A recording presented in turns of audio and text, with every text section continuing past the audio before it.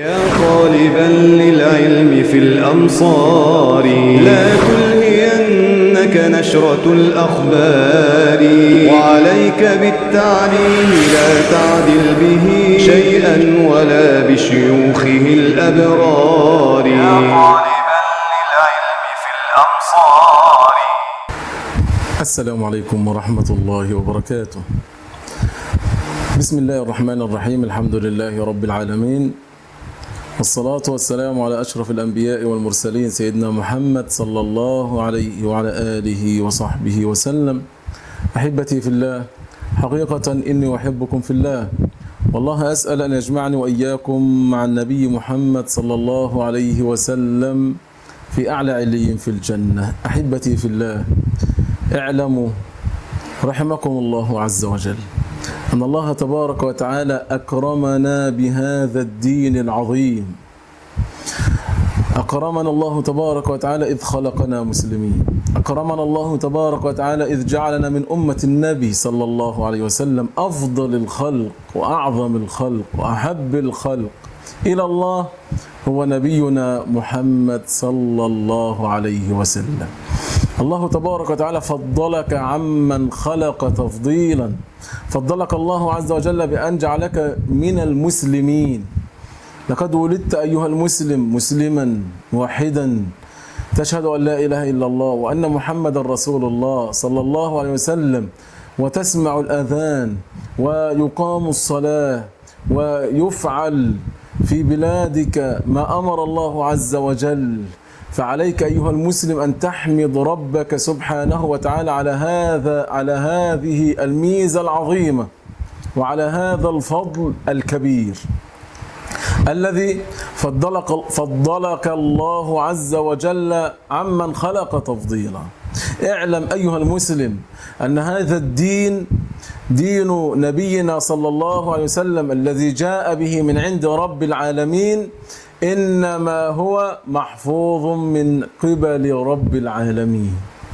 وهذه أعظم ميزة من مزايا أمة الإسلام وأمة النبي صلى الله عليه وسلم. تخيل وتصور أيها المسلم أن الأمم السابقة الله عز وجل وكل إليها حفظ دينها، فبدلوا وغيروا وزادوا ونقصوا وعظموا أقواما ووضعوا آخرين، وقتلوا الأنبياء والمرسلين، فعلوا المنكرات، فعلوا الفاحشات، فعلوا كل شيء واستحلوه بكتابتهم لدينهم بأيديهم. ولكن من فضل هذه الأمة وعظمة هذه الأمة وإكرام الله لهذه الأمة إذ حفظ الله لها دينها، فقال جل وعلا: إنا نحن نزلنا الذكر وإنا له لحافظون. وحفظ الله لدينه وكتابه وسنة نبيه وعباده الصالحين، هذا هو حفظ الله عز وجل. إن الله تبارك وتعالى حفظ لهذه الأمة دينها كتابا وسنة، فحفظ الله متضمن لسنة النبي صلى الله عليه وسلم كما تضمن حفظ كتابه سبحانه وتعالى. أن السنة لها مع القرآن 3 مراحل. المرحلة الأولى أن تأتي السنة موافقة لحكم في القرآن، وهذا من توارد الأدلة على حكم واحد، وهذا مما يدل على عظم هذا الحكم. قال الله عز وجل: وأقيموا الصلاة. قال الله تبارك وتعالى: وأقيموا الصلاة. فهذا أمر من الله في كتابه بوجوب الصلاة على كل مسلم. ثم قال صلى الله عليه وسلم: أرحنا بها يا بلال، وجعلت قرة عيني في الصلاة. الصلاة وما ملكت أيمانكم. فأتت السنة وأدلة في السنة توافق الدليل في القرآن. أقيموا الصلاة، قال صلى الله عليه وسلم: بني الإسلام على 5: شهادة أن لا إله إلا الله وأن محمدا رسول الله، وإقام الصلاة، وإيتاء الزكاة، وغير ذلك من هذه الأدلة التي جاءت السنة توافق هذا الدليل من القرآن. الحالة الثانية من حالات السنة مع القرآن أن تأتي السنة مفصلة لحكم أجمل في القرآن، فقال الله عز وجل: وأقيموا الصلاة، ولكن لا تجد في القرآن ما يفصل هذا الحكم الإجمالي، فلن تجد في القرآن عدد ركعات الصلاة، لا تجد في القرآن ما يقال في الصلاة، لا تجد في القرآن واجبات الصلاة أو مبطلات الصلاة أو شروط صحة الصلاة، لا تجد ذلك في القرآن، وإنما تجد ذلك في سنة نبينا الهادي العدنان صلى الله عليه وسلم. فتأتي السنة تبين حكم أجمل في كتاب الله عز وجل. وأما الحالة الثالثة بأن تأتي السنة بدليل جديد ليس له أصل في كتاب الله عز وجل. لو سئلت أيها المسلم عن حكم أن يجمع الرجل بين امرأته وعمتها وخالتها، هل يجوز ذلك في ديننا؟ هل هذا يكون حراما أم حلالا؟ لا تجد في القرآن دليلا يحرم ذلك، ولكن أتى تحريم ذلك في سنة النبي صلى الله عليه وسلم بأن لا يجمع الرجل مع امرأته عمتها وخالتها. فتأتي السنة بحكم جديد. فالسنة هي أقوال النبي وأفعال النبي وتقريرات النبي وصفات النبي، هذه هي سنة نبينا صلى الله عليه وسلم، فهي محفوظة أيضا بحفظ الله لها وحفظ الله لكتابه، أن حفظ كتابه في صدور عباده. يقول رجل أن هارون الرشيد رحمه الله عز وجل استحسن ذات يوم رجلا لرجاحة عقله، وكان يهوديا، فدعاه للإسلام أن مقابل أن يعطيه ملكا أو يعطيه مالا أو يعني يعطيه عطايا كثيرة، فأبى الرجل وقام من مجلس هارون رحمه الله عز وجل. وبعد سنة عاد إليه الرجل في مجلسه ولكنه عاد مسلما، فلما راجعه هارون رحمه الله عز وجل قال له: يا رجل، عرضت عليك الإسلام لرجاحة عقلك، وما رأيت من أنك صاحب عقل نير كيس، فرفضت أن تدخل في الإسلام مع أني سأعطيك عطايا كثيرة، ثم أتيت اليوم بعد سنة مسلما، ما الذي حصل وماذا فعلت؟ قال الرجل: إني كنت صاحب خط جميل، فعمدت إلى التوراة فكتبتها بخط جميل، ولكني زدت فيها ونقصت منها، ثم أرسلتها إلى البيعة لليهود فاشتروها كلها، فعلمت أن هذا الدين ليس بالدين الصحيح. ثم عمدت إلى الإنجيل فكتبته بخط جميل وزدت فيه ونقصت منه، ثم أرسلته إلى الكنائس فاشتروها كلها ولم يعيدها لي أحد ولم يردها علي أحد، فعلمت أن هذا الدين ليس بالدين الصحيح. ثم عمدت إلى القرآن فكتبته بخط جميل فزدت فيه ونقصت منه، ثم ذهبت به إلى الدواوين وإلى الكتاتيب، فلما اشترى مني بعضهم هذا الكتاب ردوه علينا وقالوا إن هذا ليس بكتاب ربنا، فعلمت أن هذا الكتاب وأن هذا الدين هو الدين الصحيح، فدخلت فيه وأسلمت لرب العالمين. إنا نحن نزلنا الذكر وإنا له لحافظون، والذكر هو كتاب الله وسنة نبيه صلى الله عليه وسلم، وحفظ كتاب الله بحفظه في صدور المسلمين. تجد أطفال، طفلا لا يتجاوز عمره 3 سنوات ويحفظ كتاب الله، يحفظ رقم الآية ورقم الصفحة وهي على اليمين أو على اليسار، يحفظ كل شيء. هذا من حفظ الله لكتابه. وأما حفظ الله لسنة النبي صلى الله عليه وسلم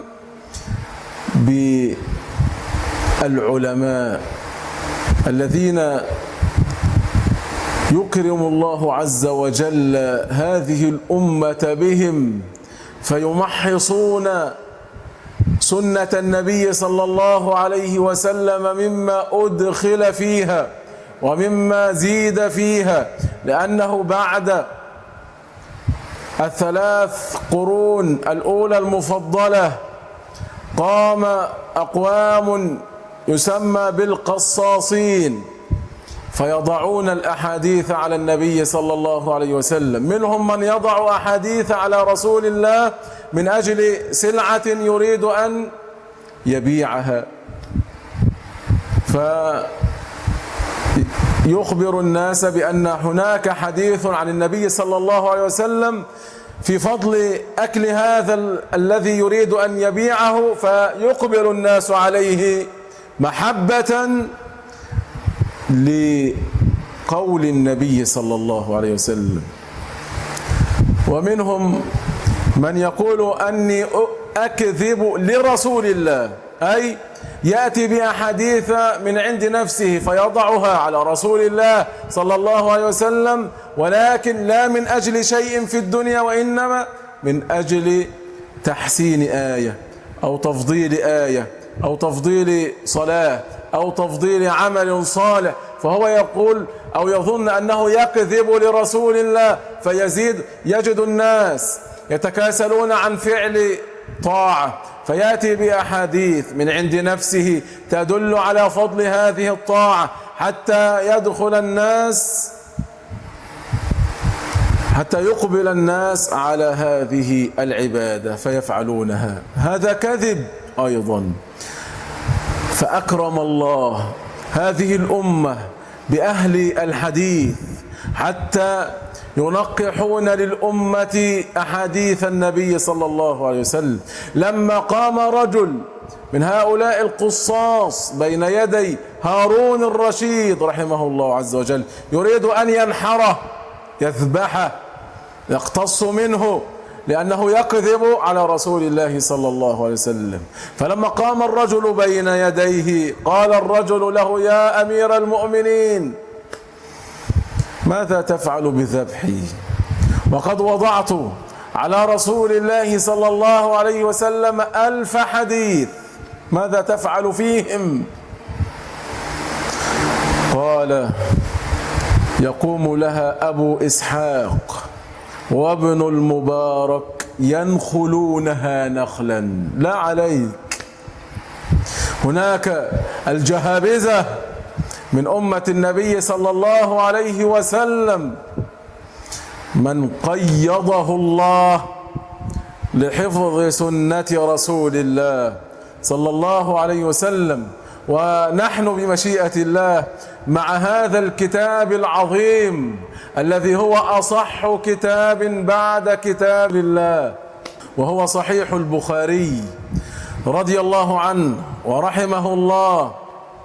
والله أسأل أن يجمعني معه مع النبي صلى الله عليه وسلم في أعلى عليين في الجنة، لأنه خرج اليوم على الأمة من يشكك في هذا الرجل العظيم الذي بذل كل شيء بذل من عمره، بذل من صحته، بذل من ماله من أجل تنقيح السنة من الضعيف، وأن يخرج للأمة كتابا هو أصح كتاب بعد كتاب الله، وقد أجمعت عليه الأمة، والأمة لا تجتمع على ضلالة. العلماء يقولون ما الإجماع أعلى مرتبة من الدليل من كتاب أو سنة.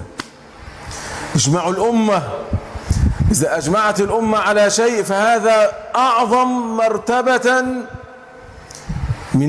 مما قد جاء فيه دليل من كتاب أو سنة، لأن الأمة لا تجتمع على ضلالة، فالأمة قد اجتمعت على صحيح البخاري رحمه الله عز وجل. البخاري هذا الإمام العظيم المبارك هو أبو عبد الله محمد ابن إسماعيل ابن إبراهيم ابن المغيرة البخاري من بردزبة رحمه الله عز وجل.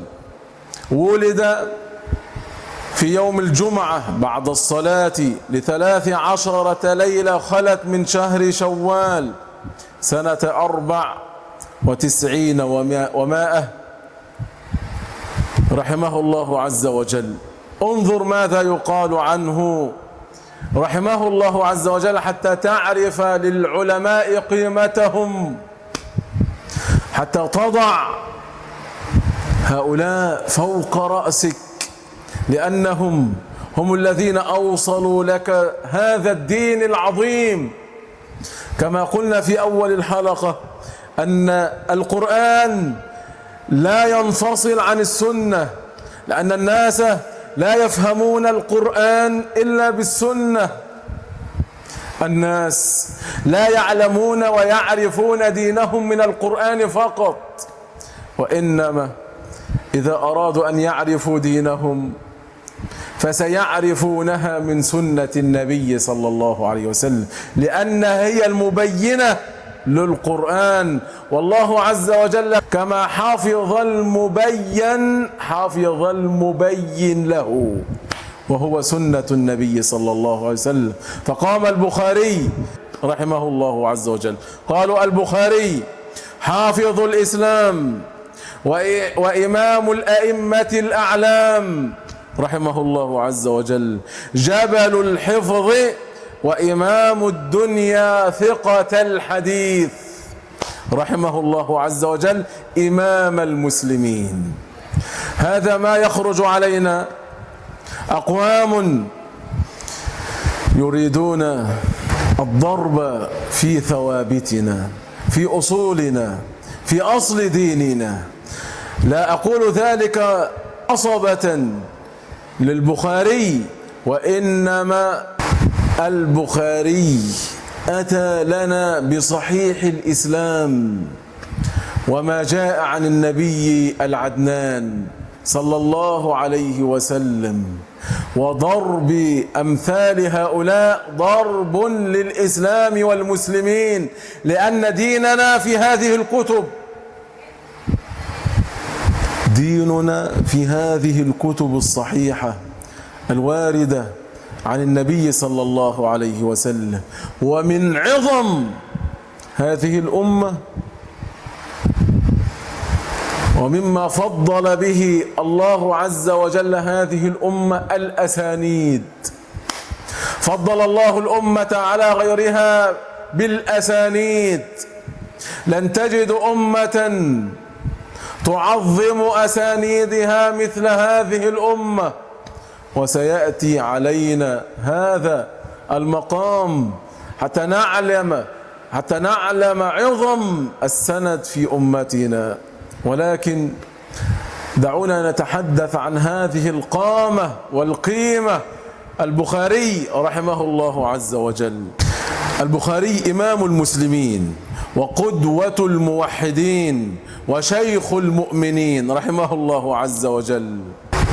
كان رحمه الله عز وجل في غاية الحياء والشجاعة والسخاء والورع والزهد في الدنيا دار الفناء والرغبة في الآخرة دار البقاء، رحمه الله عز وجل.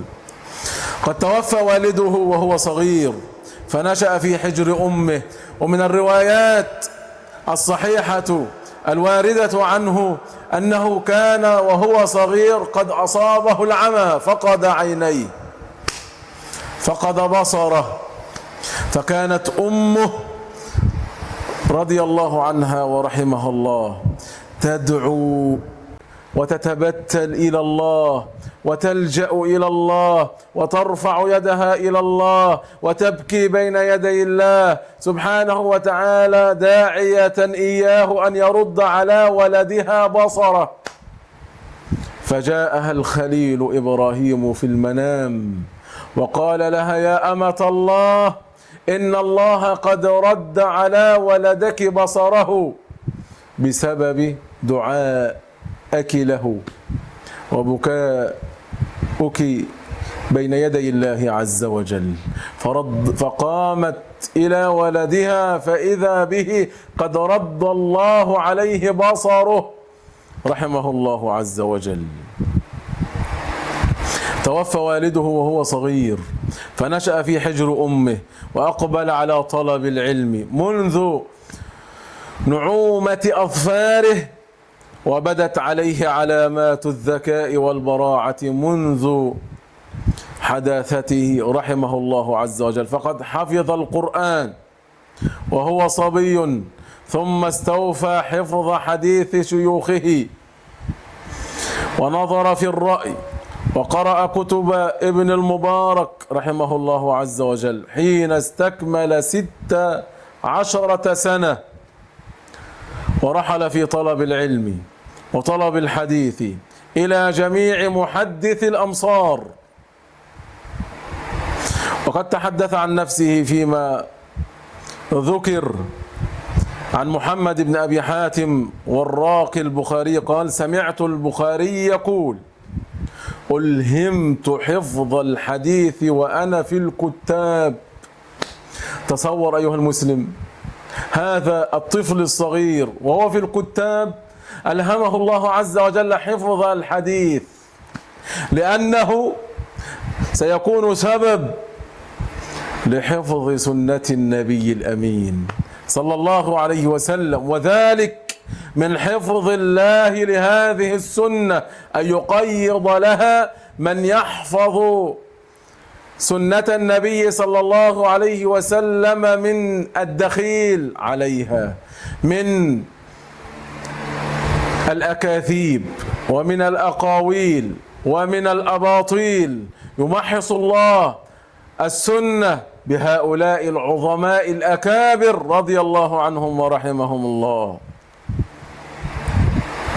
يقول: فلما طعنت في 16 سنة حفظت كتب ابن المبارك ووكيع رحمهم الله عز وجل، ثم خرجت مع أمي وأخي إلى الحج. فلما طعنت في 18 سنة صنفت كتاب قضايا الصحابة والتابعين، ثم صنفت التاريخ بالمدينة عند قبر النبي صلى الله عليه وسلم، وكنت أكتبه في الليالي المقمرة. قال: وقل اسم في التاريخ إلا وله عندي قصة، إلا أني كرهت أن يطول الكتاب. رجل أمة رحمه الله عز وجل يقول: اشتغلت وأنا صغير في طلب العلم وسماع الحديث، فسمعت من أهل بلدي من محمد بن سلام ومحمد بن يوسف رحمهم الله عز وجل. ثم حج مع أمه وأخوه أحمد وهو أسن منه رحمهم الله عز وجل. يقول: فرجع أخي وأمي وظل هو في مكة رحمه الله عز وجل، فسمع بمكة من الحميدي رحمه الله عز وجل، وبالمدينة من عبد العزيز الأويس وغيرهم رحمه الله عز وجل. كان رحمه الله تبارك وتعالى قوي الذاكرة سريع الحفظ. ذكر عنه بعض المطلعون على حاله ما يتعجب منه الأذكياء ذو الحفظ والإتقان فضلا عمن سواهم. فقد قال أبو بكر رحمه الله عز وجل: ما رأيت مثل محمد بن إسماعيل رحمه الله، كان يأخذ الكتاب من العلم فيطلع عليه اطلاعة فيحفظ عامة أطراف حديثه. نحن اليوم نقرأ الكتاب مرة ثم مرة ثم مرة ثم نأخذه عن شيخ ثم نقوم بحفظه، ثم بعد ذلك يجهل أحدنا كثيرا منه. أما هذا فيطلع على الكتاب فيحفظ جميع أطراف حديثه رحمه الله عز وجل. قال محمد بن الأزهر رحمه الله عز وجل: كنت في مجلس سليمان بن حرب والبخاري معنا يسمع ولا يكتب. انظر إلى هذه القصة العظيمة حتى تعرف قوة حفظ هذا الرجل رحمه الله عز وجل. يقول: كنا في مجلس سليمان ومعنا البخاري رحمه الله عز وجل، وكان يحدثنا ونكتب خلفه، وأما البخاري فيسمع ولا يكتب.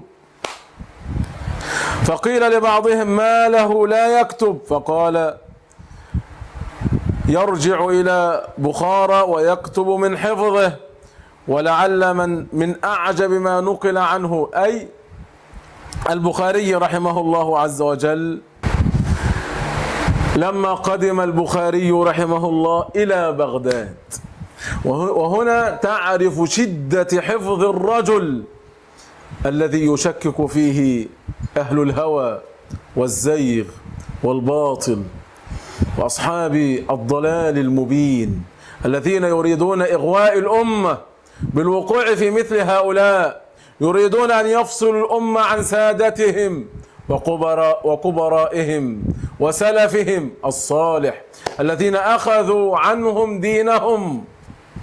قل بربك إذا لم نأخذ عن هؤلاء نأخذ عن من؟ نأخذ عن من أيها المسلمون؟ انظر إلى شدة حفظ هذا الرجل. لما قدم بغداد علم بقدومه بعض المغرضين والحاسدين عليه رحمه الله، فعمدوا إلى 10 رجال من حفاظ أحاديث رسول الله صلى الله عليه وسلم، ثم أخذوا لكل واحد 10 أحاديث من أحاديث رسول الله، فكل واحد أخذ 10 أحاديث، ولكن قلبوا أسانيدها عن متونها، أي هذا الحديث أخذوا متنه إلى هذا الرجل وبدلوا بين سند هذا الحديث بحديث آخر، فهذا الرجل معه 10 أحاديث كل متن ليس هو صاحب السند الذي عليه. بدلوا وخلطوا بين المتون والأحاديث 100 حديث.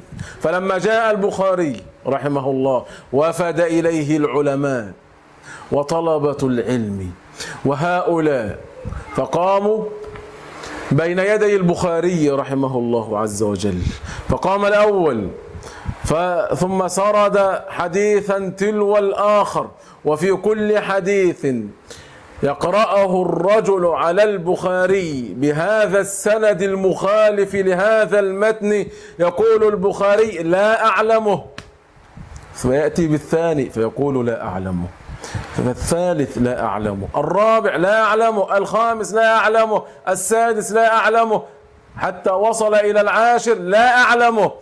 ثم فعل مع كل واحد منهم مثل ما فعل مع الأول لا أعلمه. فقال العاميون الجالسون الرجل لا يفقه شيء، ولكن أهل العلم وأهل الحديث الذين كانوا يجلسون قالوا فقه الرجل، أي علم الرجل ما أحيل عليه وما أريد من وقوعه فيه. ثم قام البخاري رحمه الله عز وجل، وهذا من أعجب ما تسمع، أن يحفظ الرجل الخطأ ثم يقوم بتصحيحه. إذا كان البخاري، لو أن البخاري قام فسرد لهم 100 حديث بصيغته الصحيحة فيقال أن الرجل يحفظهم، ولكن الرجل قد حفظ الأحاديث بالخطأ الذي ورد فيها، فقال أما الحديث الأول الذي قاله الرجل الأول ثم سرد الحديث بصيغته الخطأ، حفظ 100 حديث بالصيغة الخاطئة ثم قام فرد كل متن إلى سنده.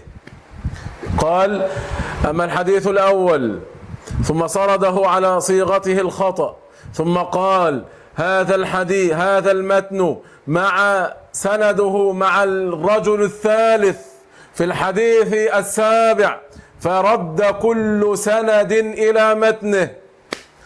وهذا مما يدل على شدة حفظ الرجل وعظيم ذكائه، وهذا مما فضل الله الأمة بهؤلاء الحفظة الجهابذة العلماء العظماء. فلا بد على الأمة إذا كانت صاحبة عقل نير عليها أن تعود إلى هؤلاء فتعرف قدرهم وتعرف قيمتهم وتقوم على حفظ مكانتهم، لأنهم هم الذين أوصلوا لنا ديننا ونقحوا لنا هذا الدين، أخرجوا منه خبثه وتركوا النبع الأصيل الذي جاء به النبي الكريم صلى الله عليه وسلم. سنبدأ بمشيئة الله مع صحيح البخاري حديثا تلو حديث، نتعلم منه ما جاء به النبي صلى الله عليه وسلم من قبل ربه سبحانه وتعالى. أسأل الله في عليائه ومن فوق عرشه أن يعينني وإياكم على ذكره وشكره وحسن عبادته، إنه ولي ذلك والقادر عليه. وصلى الله وسلم على البشير النذير نبينا محمد صلى الله عليه وسلم، والسلام عليكم ورحمة الله وبركاته.